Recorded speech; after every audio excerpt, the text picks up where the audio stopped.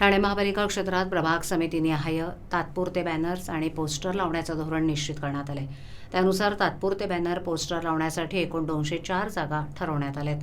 पालिकेची ऑनलाईन परवानगी घेऊन त्यानुसार भाडं भरल्यावर या जागांवर 3 दिवसांपर्यंत पोस्टर बॅनर लावण्याची परवानगी मिळणार आहे.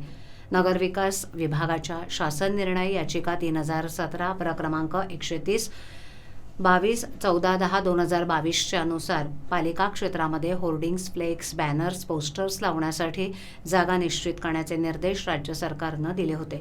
त्यानुसार पालिका आयुक्त अभिजित बांगर यांनी दिलेल्या निर्देशानुसार ठाणे महापालिकेनं होर्डिंग्स, फ्लेक्स, बॅनर्स, पोस्टर्स इत्यादी प्रकारच्या तात्पुरत्या जाहिराती लावण्यासाठी जागा निश्चित केल्यात. त्यासाठी पोर्टल तयार केले. या प्रकारच्या जाहिरातींवर लावण्यासाठी QR कोड उपलब्ध होतील अशी व्यवस्था केली असल्याची माहिती उपायुक्त महेश सागर यांनी दिली. ही एक खिडकी योजना असून परवानगी घेण्यासाठी पालिकेच्या कोणत्याही कार्यालयात जाण्याची आवश्यकता नाही.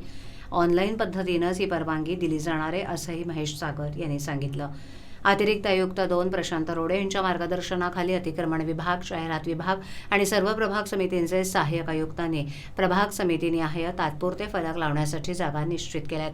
त्यात माझीवडा, मानपाडा 52, लोकमान्य नगर, सावरकर नगर 19, वर्तक नगर 6, कळवा 5, वागळे 19, मुंब्रा 5, उथळसर 15, दिवा 40, नौपाडा 22, कोपरी 21 अशा एकूण 204 जागा निश्चित करण्यात आल्या.